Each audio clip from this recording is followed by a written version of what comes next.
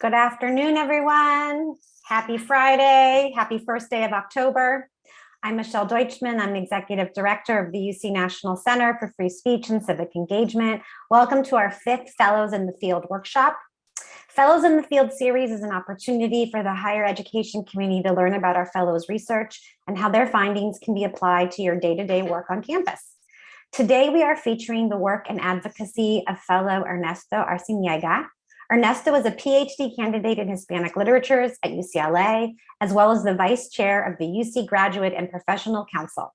Since his undergrad days at Cal, go Bears, Ernesto has played a crucial role in student government.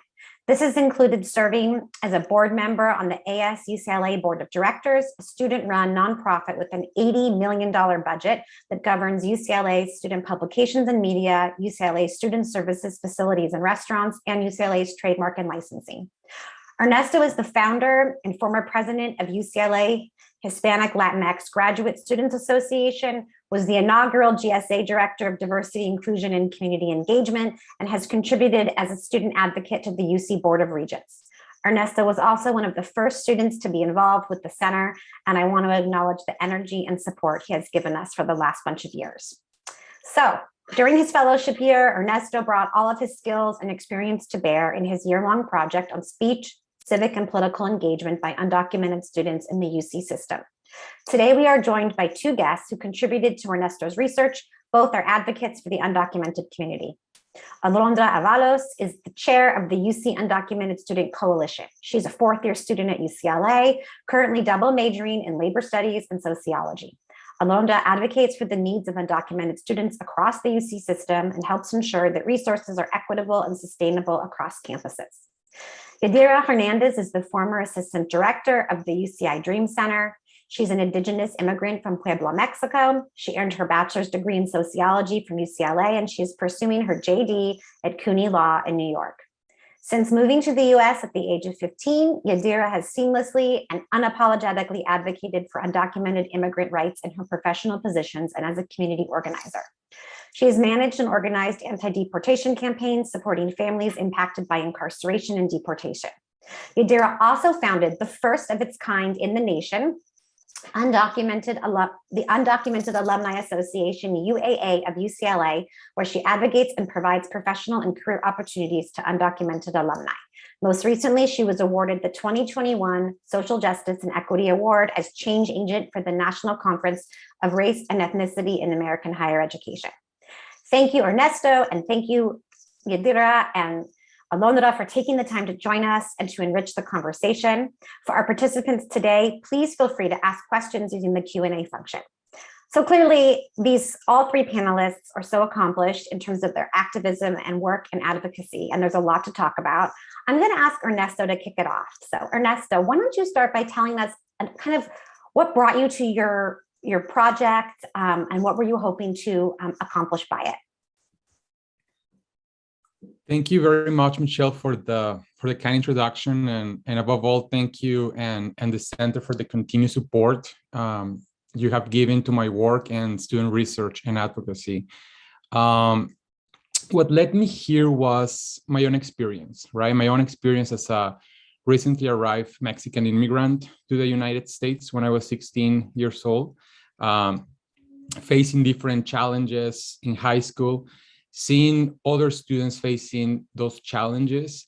And one of those was speaking up my mind, right? It was speaking up and speaking out. And after high school, after attending community college for almost 5 years in Chula Vista in San Diego, and getting into one of the top public universities in this country, I became a student leader, right? I became a student leader at UC, advocating for the undocumented student community and its rights, right, at UC Berkeley. In the spring of 2014, I was able to collaborate with the UC Berkeley Restorative Justice Center. We conducted research on the violation of human rights of undocumented students at the UCs, across the 10 UC campuses. And after that, I felt the need to continue this work, right? So throughout my undergraduate and graduate career, I've been working from different standpoints, right? From the Graduate Student Association through the UC Graduate and Professional Council. And currently, even though my PhD is in Hispanic Literatures, right? And the research and the tools of social sciences are very new to me. They have proven to be very effective for the kind of work and activism and student advocacy I've been doing on the side. And what I hope to accomplish with this fellowship, with this work, is keep supporting undocumented immigrants in whichever way I can help. Through this particular project, I was able to collect information, experiences, ideas from different constituencies at the UC system, undocumented students, staff, faculty, people collaborating with students, and I hope that these recommendations offer ways to better serve undocumented students at the 10 UC campuses, both graduate and undergraduate, protect their freedom of expression, and enhance their civic and political engagement on campuses locally and nationwide. And just as I mentioned in my article, which you can find on the UC National Center for Free Speech website, it is urgent to advocate not only for undocumented students, but also for their freedom to advocate for themselves, recognizing their need to fight every day for their rights and their families' rights. Thank you so much, Ernesto. And I think we are going to go ahead and drop a link to your research, your article, and your recommendations into the Q&A so everyone can see that. Now I want to turn to Alondra, a current UCLA student, and have you tell us not just a little bit about the UC Undocumented Coalition, but a little bit about your story to how you became such an activist leader in this work. Yeah, thank you so much, Michelle. So I actually started being advocated my second year of at UCLA. So I actually started with advocating for student workers and faculty at UCLA, but eventually I came to the realization that while I was helping other people, I was not really helping myself as an undocumented person because I was not able to experience the same privileges as being able to kind of freely be a student without having to worry where funding was coming from for resources. So I got involved with my undocumented student org, which is IDEAS at UCLA. And this led me directly to being kind of more in the knowledge of how funding came to be for undocumented students, how funding worked each year and how much of our programs were at risk of finishing because there was not any efforts from faculty or administration to actually continue that, but it was students advocating. And it was really difficult to get in touch with higher administrations, be that the Vice Chancellor, the UC Office of the President. So through my years and experience in that, I kind of got further involved, leading me to be part of the UC Undocumented Student Coalition. And that has allowed me to get more in touch with regents and UC Office of the President staff. So it has been really, really difficult to kind of step into spaces where there's insensitive comments being made about your community and not really being able to say anything because you're there to ask for stuff. So I think it has really allowed me to continue pushing and kind of advocating, especially with like the current fear of just saying you're undocumented and trying to kind of hide your status because it's not always a safe thing to just openly admit. And I think it's really difficult spaces to be in. So as far as my work with the UC Undocumented Coalition, the coalition was founded in 2013 after Janet Napolitano was elected as the UC president. So there was a lot of frustration in the undocumented community with that because she was the former secretary of the Department of Homeland Security, and there was a lot of deportations during her time, the highest the United States had ever seen at that point in time. So she created the Advisory Council on Undocumented Students, but she didn't actually take any voices or concerns from the undocumented community. So when her office put up a conference where she was the main speaker, a lot of the undocumented students walked out during her speech and decided that they were going to form their own coalition and advocate for our own needs. So the coalition has existed since 2013 with 2 reps on each of our campuses. and advocating for whatever is necessary at that point in time, whether that be funding, fellowships, any other resources, and both on our individual campuses and UC system-wide. Thank you for sharing that with us, including the challenges and being really honest about that. Yadira, I'm gonna ask you now the same question, sort of your story and how that brought you to the UCI Dream Centers, and maybe a little bit for those who aren't familiar with the role of Dream Centers on UC campuses. Of course.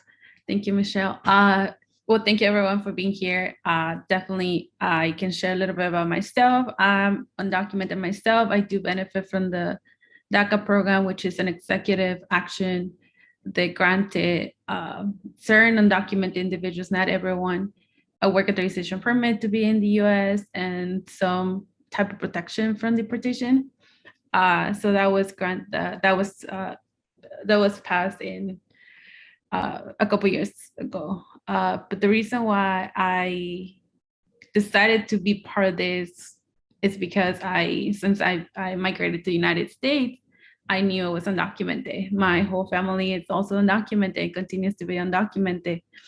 So just really seeing the impact that not only legal systems, but other systems did to myself, to my family, to my community members, it really influenced me and inspired me to just do some advocacy around this issue and continue to just advocating and creating and mobilizing people to making change and bringing some of the resources that we deserve as human beings. And one of them being creating access to higher education, right? And just continue the legacy of our ancestors who have advocated for just access to public and just education in general since many, many years. So through that advocacy, I really connected with community members, with other students who were also undocumented. And this whole idea now thinking about dream centers on campus and actually providing a job and providing these resources, that wasn't a thing when I was a student. It didn't exist there. At some point, it definitely became that's what I wanted to do. It was my dream job, and I never thought that would be impossible when I was a student navigating higher education. But I thought that would be really cool to have something like that. So actually, yeah, UCLA was one of the programs to start providing like services for undocumented students, and all of this has been due to the advocacy of undocumented students themselves who have really pushed and done tremendous efforts to not only at UCLA, but across the nation to make this happen or for themselves. And that's how Dream Centers became about. And yeah, definitely after graduation, again, I did a lot of organizing in the community, and I just continued higher education. And the more that I pursue higher education, the more barriers that I noticed that it existed. And even now that I'm pursuing grad school, there's a lot more limitations and a lot more challenges for undocumented individuals in terms of funding and navigating the whole different institution, right? But yeah, through my role, I feel like the centers really serve they're there to be advocates, but also collaborators with other undocumented students, just to be able to provide, in a way, a culture that has not been, or a safe space that has not been provided by the institution itself, but really to, again, continue creating this systemic change through the type of services that Dream Centers or undocumented student services provide to undocumented students, fostering community, continue advocating for policies that are more inclusive in institutions, and just really continue working towards providing a holistic support to undocumented students, not only in the academic, because I feel like that's something that we definitely need to push the narrative a little bit further more, just because when we think about students, we just think about academic and support their academic success. But that's not necessarily true with undocumented students, right? Where we also need to see them as holistic human beings and provide them support with just continue furthering like their personal, professional development, including their healing, and just really empowering them to take also just mobilize and catalyze movement. So that's just a little bit about.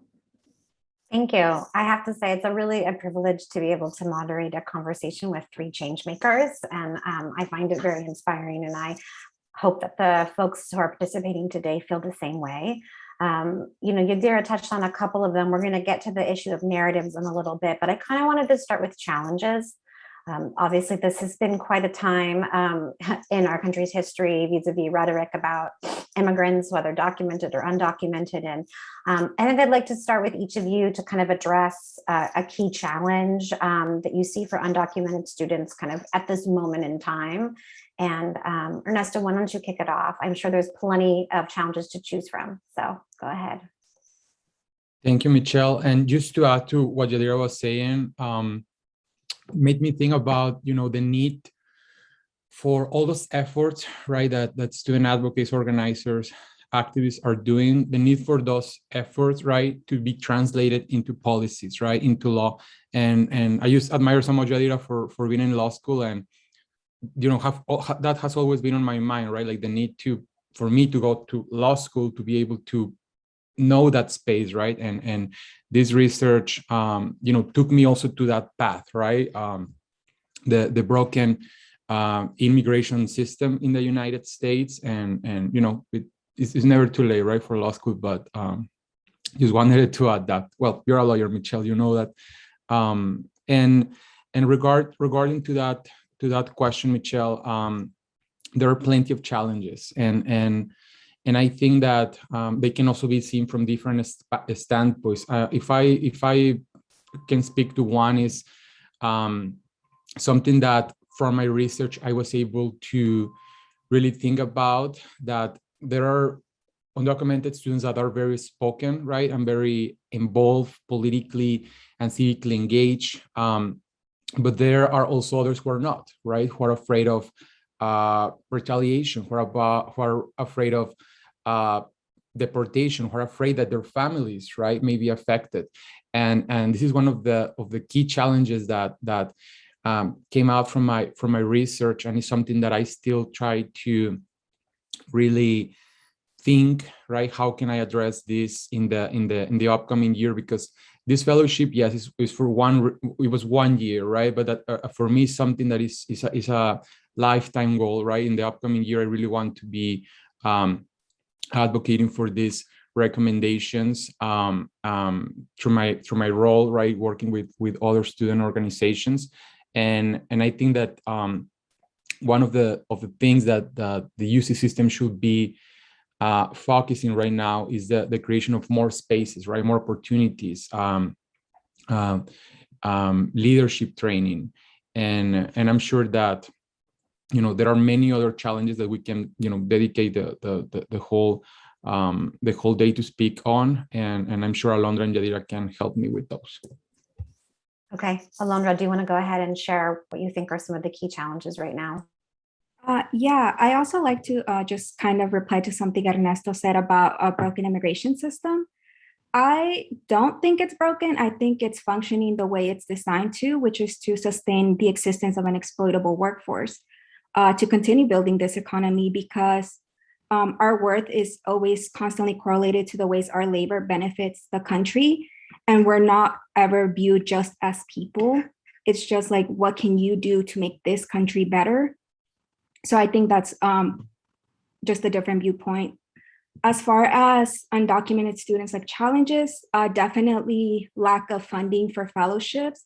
It's really difficult to get funding for undocumented students who don't have DACA, because they don't have a work authorization. So they're also not eligible for a lot of the funding that DACA gives you to be allowed to be able to apply to other fellowships. So a lot of the universities maybe have 1 or 2 fellowships that are able to be given to undocumented students who have no DACA. But as we know, there's hundreds of undocumented students in the UC system, and it's a bit unrealistic to expect them to figure out their ways of funding if they don't have work authorization. There's no fellowships, and scholarships are really rare when you don't have DACA. So I think a lot of the time when we're advocating, we tend to forget that people with DACA do have some privilege in being able to have a little bit more access to resources. I myself included do have DACA. So definitely an increase in fellowship opportunities for undocumented students who don't have DACA, especially with the past 2 years of incoming classes and the whole DACA and program not accepting new applications. A lot of undocumented students came in not having work permits and are kind of having to figure out a new institution and how to go about finding ways to pay for their education. Thank you. I think that's a really important nuance that probably a lot of people don't realize. Yadira, how about you?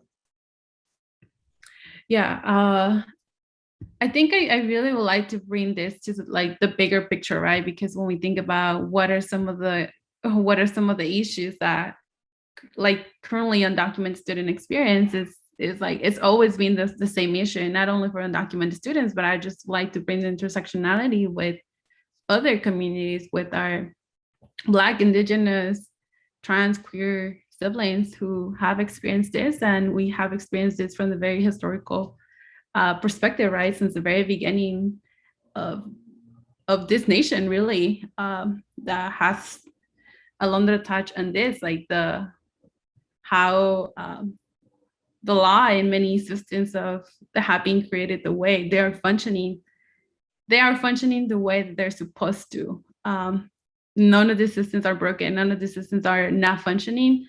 They are functioning exactly the way that they're supposed to. And that is to facilitate like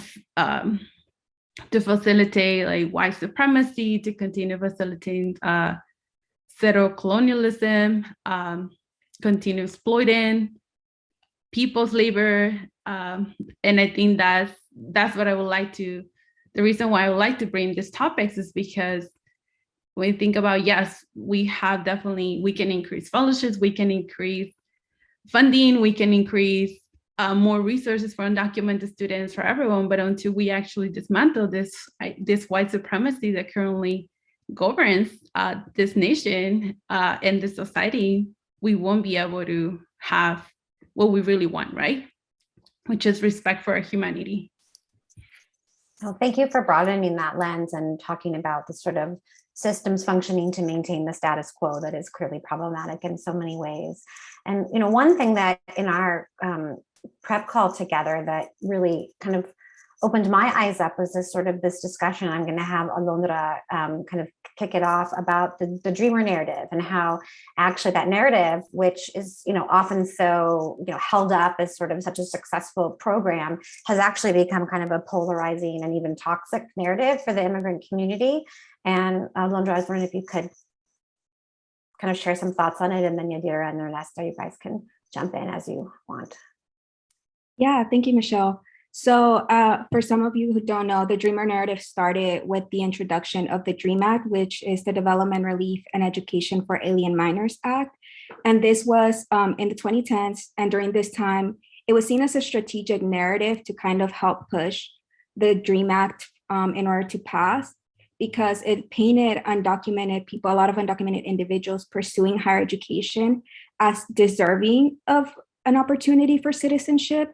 So there wasn't anything that painted them in a bad light. So this was also during the time where undocumented students started protesting, marching, and doing sit-ins in their caps and gowns. And it portrayed them as people that were wanting to better the United States and be of use to their country. So during this time, it was seen as a strategic move in order to pass the DREAM Act. The DREAM Act didn't pass. So this also led, as the years moved on, it was a clear divide between like bad immigrants and good immigrants, the good immigrants being the people that pursued higher education and the bad immigrants being everybody else. And I think specifically because also the DREAM Act had that condition where in order to qualify, you had to either pursue a 2-year college education or serve in the military. So those were seen as the only people that deserved an opportunity, while everybody else was just kind of here breaking the law, to say. But this also led to people identifying as dreamers, because that way you're seen as someone deserving of an opportunity. And no one wants to be labeled as a bad immigrant because it would take away from an opportunity of possibly getting citizenship. So as we have like progressed and DACA came about, it kind of reinforced that narrative of good immigrant versus bad immigrant. And it criminalizes a lot of our community, because I think at this point, at one point, there was 800,000 DACA recipients. There's almost 11 million undocumented individuals. It criminalizes the rest of our community and kind of makes this really clear division between us. And it kind of makes us fight against each other about who's more deserving and trying to kind of trample above somebody else in order to get something, when we should all be pushing to be getting citizenship for all, not just some more deserving than others. Thank you. That's a great articulation.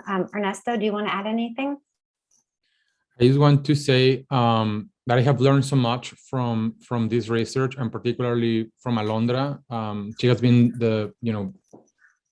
she has been the student I have been the closest about this research about, and also Aidan from UCSA, went from UCGPC, and I really want to thank you, Alondra. Like use this minute to thank you for all your support, and I really look forward to keep working with you guys in the upcoming year. And I'm very happy you're the new chair of the UC Undocumented Student Coalition. Okay, thanks, Ernesto. Yadira, do you want to add anything? I don't want to repeat what Alondra said. She explained it really well. Okay. I think one thing, Ernesto, I wanted to ask you about, or certainly one thing that I learned through your research, is that according to the UC Promise quantitative research, which I think is the most recent major quantitative research on undocumented students at UC and CSU, what it shows is that undocumented students are more active and engaged civically and politically more often than most young people in the US. And I think given a lot of the challenges and struggles that have been described so far, I think that certainly is like interesting. And I was wondering if you wanted to speak to that at all. Yes, thank you, Michelle, for that question, because the USEP and the UC Promise, both the collaborative and the project, were extremely helpful for my research. They actually release the project article like few months after I started the fellowship, right? And I want to also use this time to thank Professor Laura Enriquez from UC Irvine, who's the leading person of UC Promise. UC Promise stands for Undocumented Student Equity Project.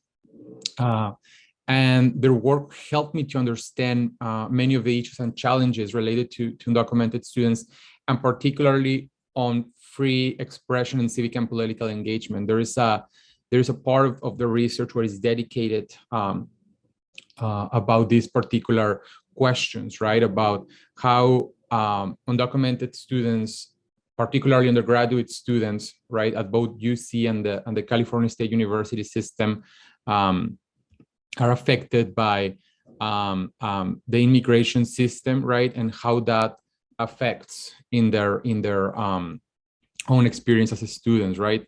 So basically, just for the attendees, the UC Promise project focus on how immigration policies, right, disrupt the educational experiences and well-being of college students from immigrant families. Also, about UC and CSU, and you know, some of the main keys that they touch, right, from on-campus to off-campus protests, signing petitions, contacting public officials, are some of the key elements of their research.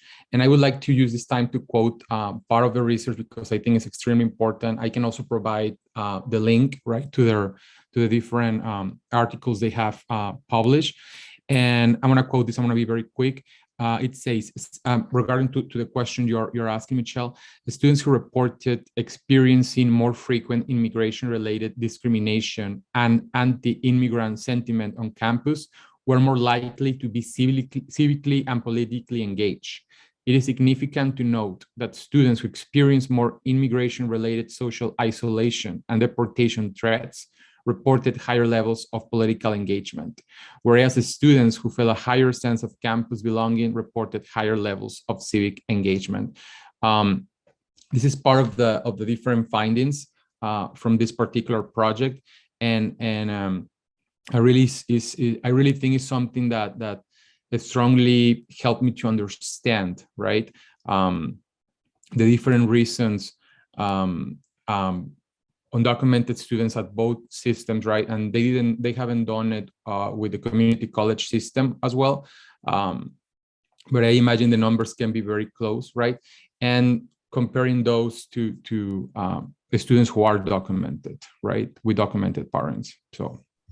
No, thank you. And I'm just quickly going to piggyback because we did have a question that came in when someone registered about sort of the relationship between community colleges and UCs. I know you were a transfer, Ernesto, and just any thoughts you have on kind of what the support network is like for those that are transferring and how more transferring support can happen.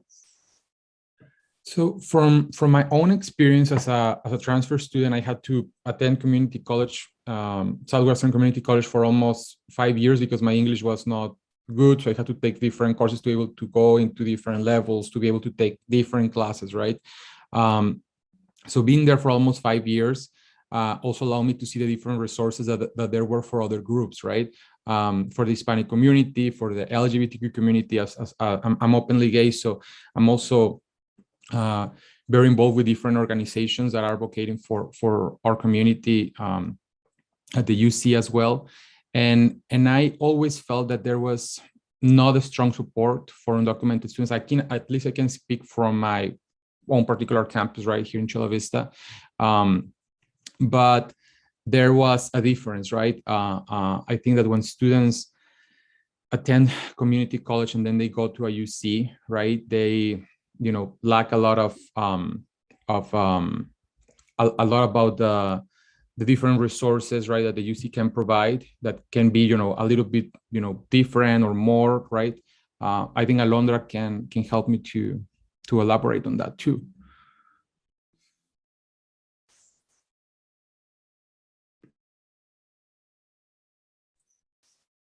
Go ahead, Alondra. I think she's having technical difficulties. She put on the chat. Oh, okay. So then, you know what, we're going to hold on that question. And I think what I'll do is turn to, I want to talk a little bit about allyship, because that is one of the things that it's also come up. And certainly, I'm sure there are many people on our Zoom today, myself included, who think of themselves as allies and supporters of the undocumented students and the undocumented community generally. And I want to ask, all of you about what does it mean to be an ally, and how do we be more than just a performative ally? And Yadira, let's see, do you want to kick that off, since I think Alondra is having the technical difficulties?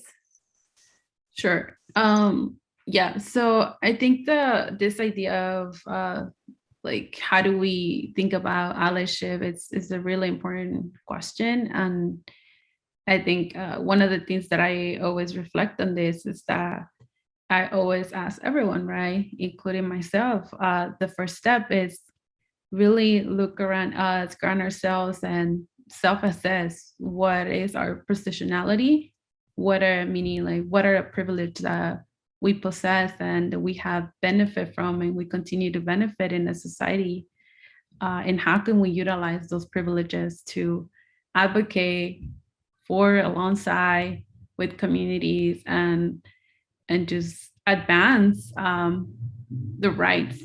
And I always see this as human rights. Again, like, yes, resources, and that's part of the human rights, but I think that's always, I like to bring back all of this to the bigger question, right?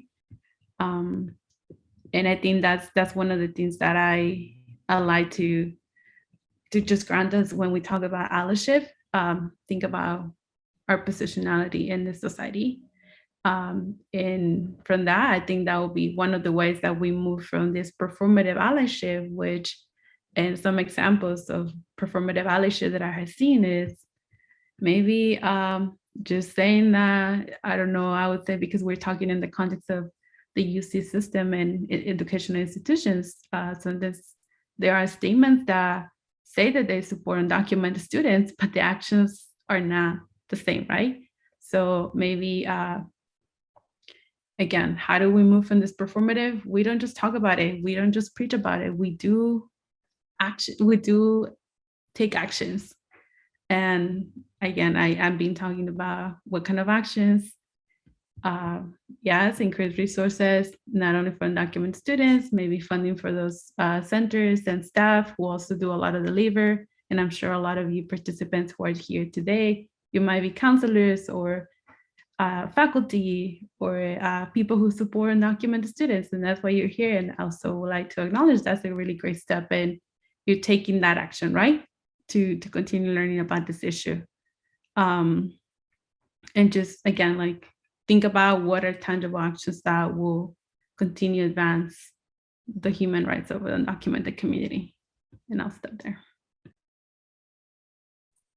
Thank you. I think it's really helpful to continue to have you kind of make us look at things through like a very wide lens. I think Alondra is back, so I want to go back to finishing the conversation about the transition between community colleges and possibly UCs. So go ahead, Alondra, and then we're going to talk shop about recommendations and what specifically needs to be done. Yeah, so I think for undocumented transfer students, it's really difficult to come into, especially like such a big campuses like the UCs are, to know like all the resources that already exist. One, because there's not an orientation or something that specifically gives you access to all these resources. You kind of have to go about finding them.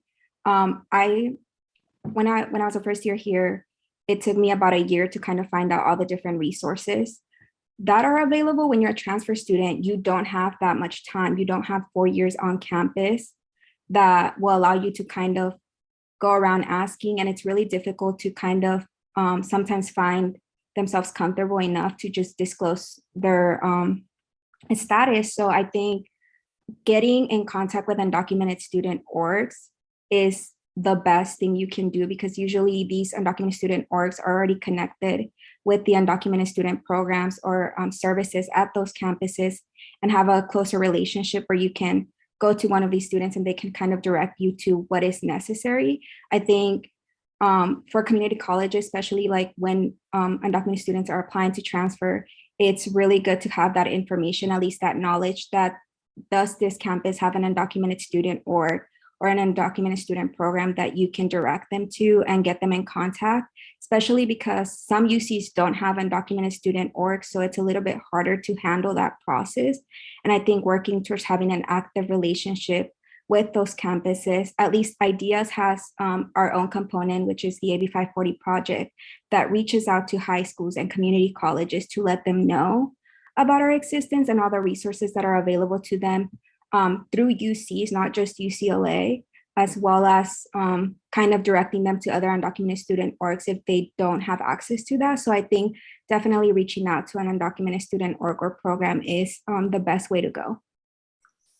Okay, and I'm going to give a plug for Ernesto's research, which you can find a link to in the Q&A because he has an incredible list of resources that anybody can access, not just actual undocumented students, but people who want to be involved generally. And then I also want to have Gadira talk a little bit about UAA, because I think that's just so novel and wonderful about the continuity of not just being involved while you're on campus, potentially like at a UC, but after, and what that means. So Gadira, will you talk a little bit about UAA and how people get involved and what sort of your goals are? Yes. So that was a very, this is pretty much an undocumented alumni association. Anyone is welcome, whether you are a UCLA alumni or not.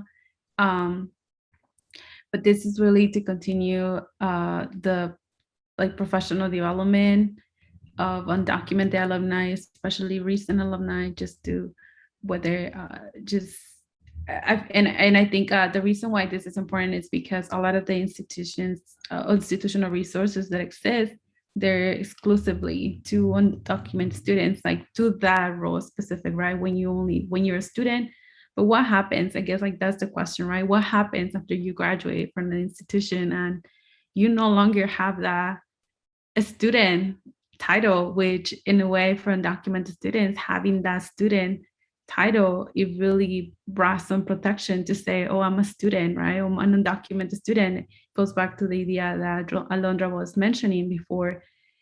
Having a student, people perceive you, having that student status, people perceive you in a different way, thinking, oh, you must be a good immigrant, quote unquote, good immigrant, because you are going to this institution, specifically if you say something like UCLA. So with UA, or the Undocumented Alumni Association, we really wanted to continue to provide another support that extended beyond graduation. And with that, it's not only a community, but also continue the conversations about what it means to be undocumented, what it means to be in that transition mode. For some of us, we might not have DACA, and it doesn't mean that when you graduate, you're gonna have a job. So what does that mean for you? And be able to connect with others who might go through the same experience. For others, like we might be able to have the privilege to have DACA and obtain a professional job. That professional job might be the first one.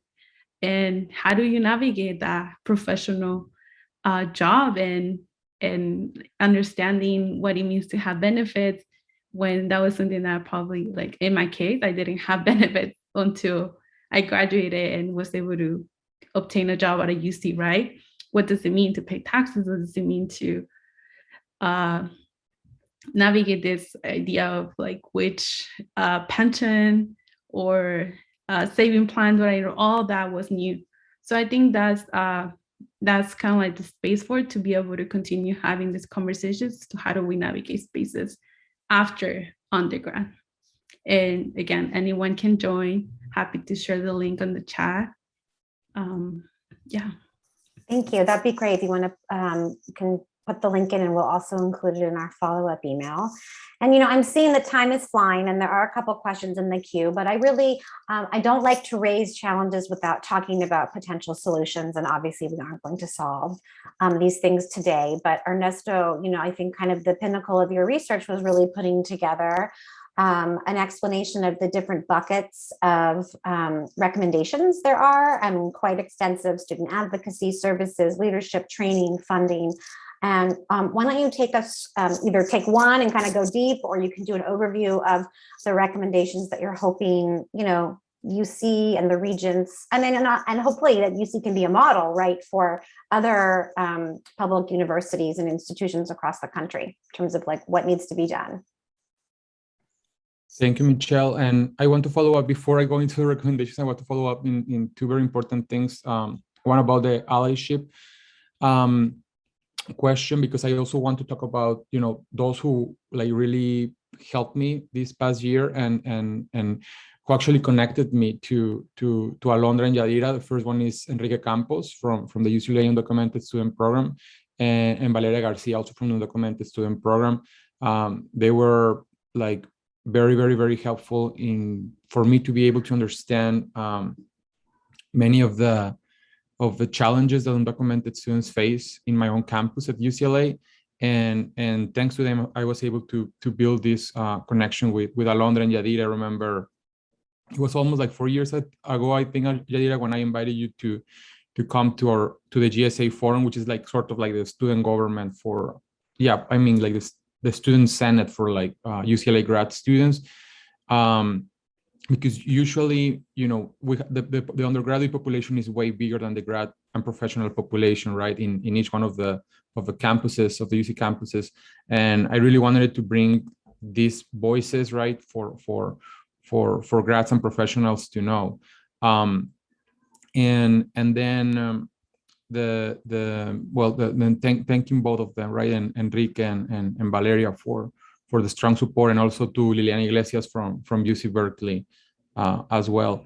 As for the recommendations, Michelle, it was, to be honest, completely honest with you, it was hard to sort of condense, right, everything that I wanted to say, everything that I was able to gather, collect from students, from advocates, from staff, from faculty.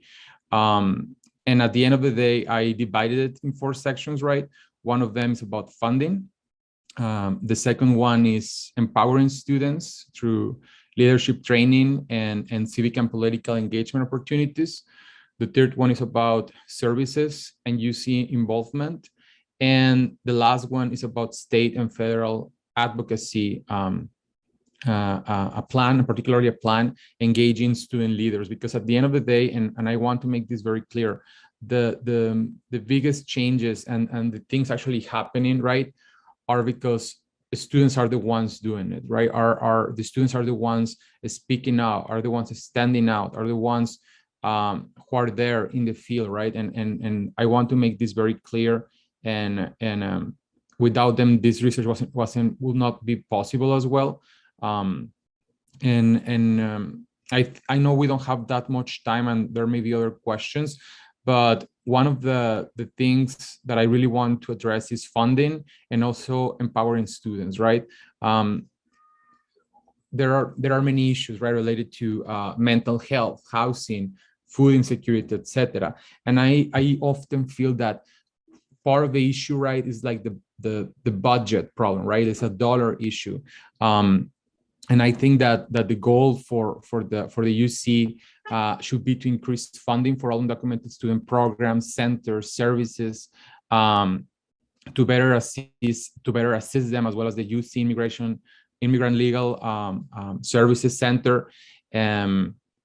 I think that it is crucial that the UC and the state of California work together to invest for undocumented students, and that the UC should support the different campuses, right? Because there are also gaps, right, about how much, right, certain campuses may receive as compared to others, right?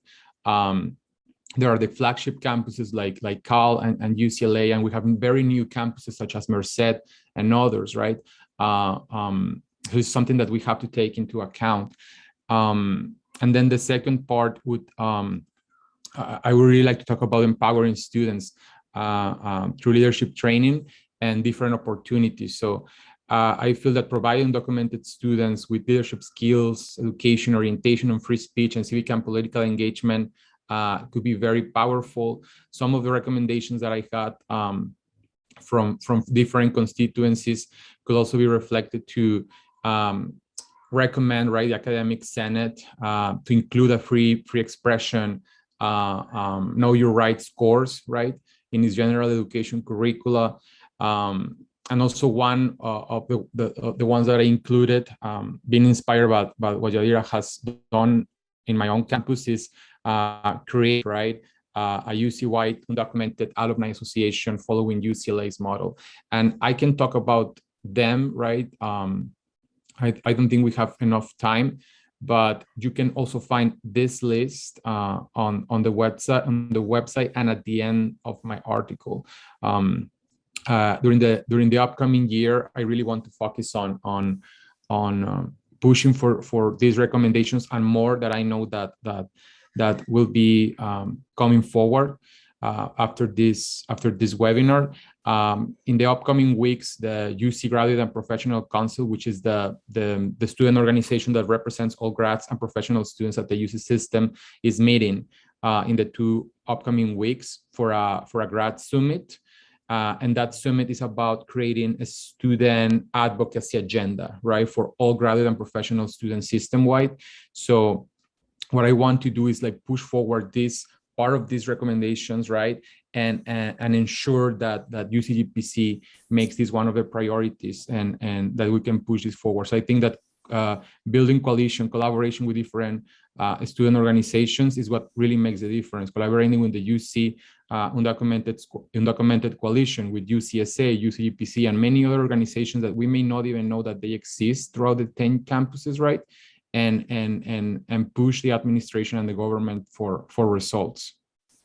Oh, that's great. And I know that if people want more information, they can reach out to any of the three of you.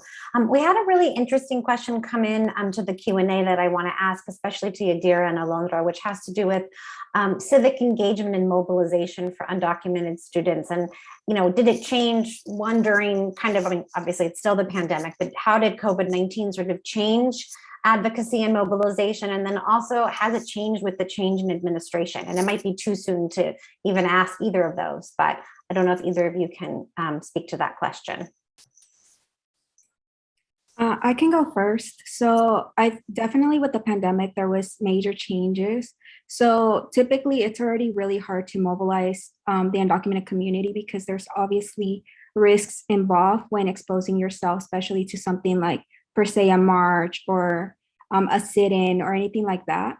So COVID-19 was a little bit harder from my own experience, kind of reaching out to students and community members for any events that we hosted related to undocumented student or related to the coalition. It was really hard to reach out to students, especially new students that had never been on campus and had no idea that these resources existed. So it was really hard to mobilize people to show up per se for like public comment during regents meetings when stuff was being voted on, and during other meetings with administrators where we were discussing maybe getting some new form of resource on campus. It was really difficult to get undocumented students to like show up. And part of it that just has to do with they didn't know, like we were mobilizing on social media, but there's only so many people we can reach because not all undocumented people follow our undocumented student org. And just having all these new incoming classes that had no idea of these resources just made it really difficult to mobilize and kind of get any action together, especially just having to set up everything and ensure that it was going to be virtual and that we were all kind of scrambling at last minute with certain decisions. As far as how mobilization has changed with the new administration, I think, at least from my experience, a lot of people just kind of assumed that because Biden came into the presidency, all our problems were solved. Like, okay, we don't have to worry about it. It's no longer a threat. Clearly, during the past few weeks and months, we have seen developments that have clearly shown us that it's not a better situation than it was with Trump. He came in with empty promises that are not being met. And it's not anything new. It's something we're used to, but I think it's time we stop settling for the bare minimum and having to be thankful that we get anything at all.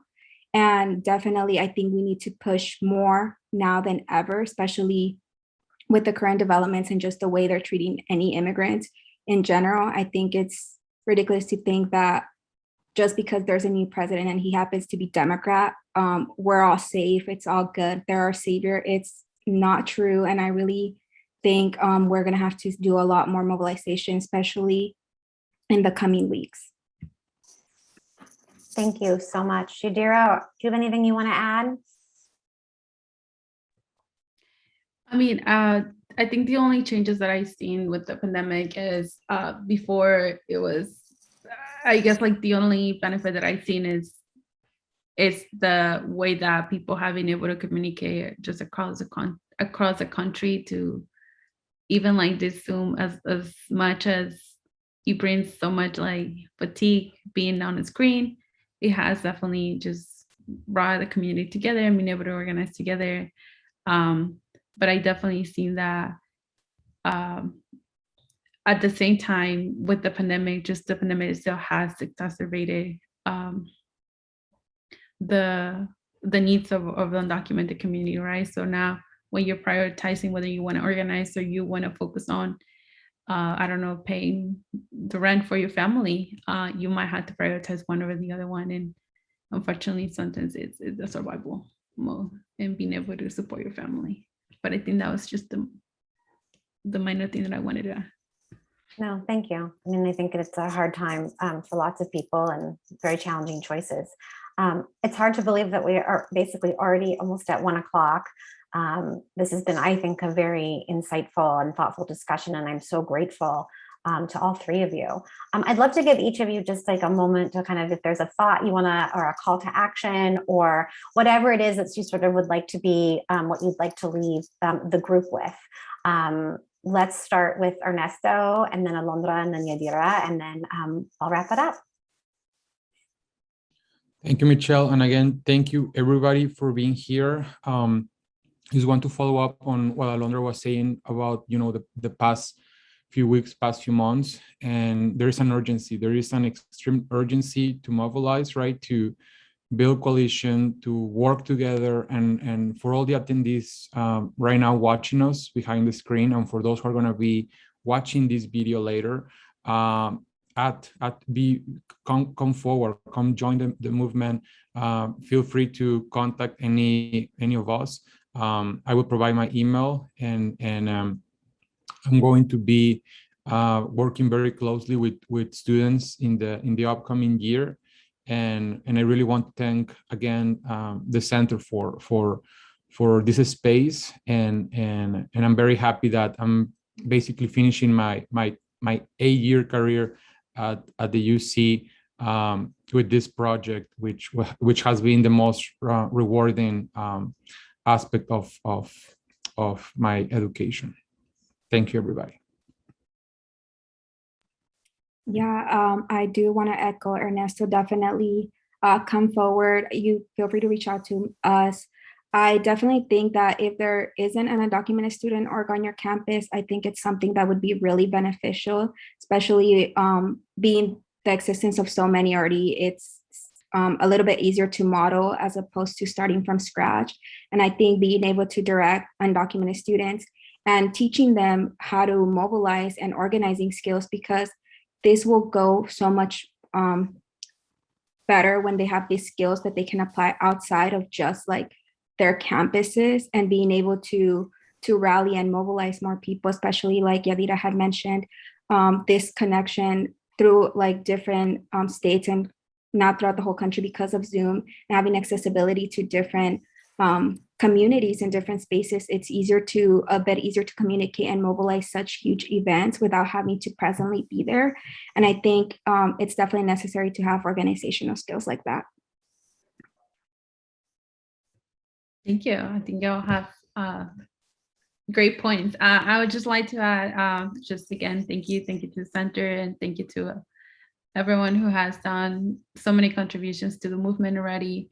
And I know I keep saying, like, let's bring it to the bigger picture and see what's happening. And I really mean that. I really mean that, because at the end, seeing the humanity of each of us is what really matters. And that's what I always keep connecting it back to, the humanity of everyone else and why that's so needed. So again, just if you have any questions at any time, there is some doubt as to how do I organize, how do I mobilize, how do I support students, there are resources out there. They already, you don't have to start from scratch. It's also always great to make mistakes and learn from them. We're not perfect. We are all growing, and just the movement, because legislations continue to evolve and society continues to evolve, things are changing. So anything that has to do really in relation to undocumented students, these are going to continue changing. So just staying up to date through an organization, in connection with any of us, and that's okay. And if at any point you don't know, you don't have the answer, it's okay also to say, I don't know it. We'll figure it out together. I'll figure out and ask someone, and then that's completely fine. So thank you for being here with us. This is such a wonderful way to wrap things up. And I see this webinar as we're not ending something, we're beginning something. And I'm particularly excited. We have an aide from Representative Cardenas's office who's on and has already reached out to leave contact information so that we can start to continue to do the work that all three of you have already begun. I want to thank you again. And I just also want to let people know that we are actually going to be having our final installment of Fellows in the Field in a few weeks on October 27th. We're going to be talking with Dr. Sari Banks and Dr. Jenny Lambie about Administrator Balancing Acts, free speech, diversity, and identity.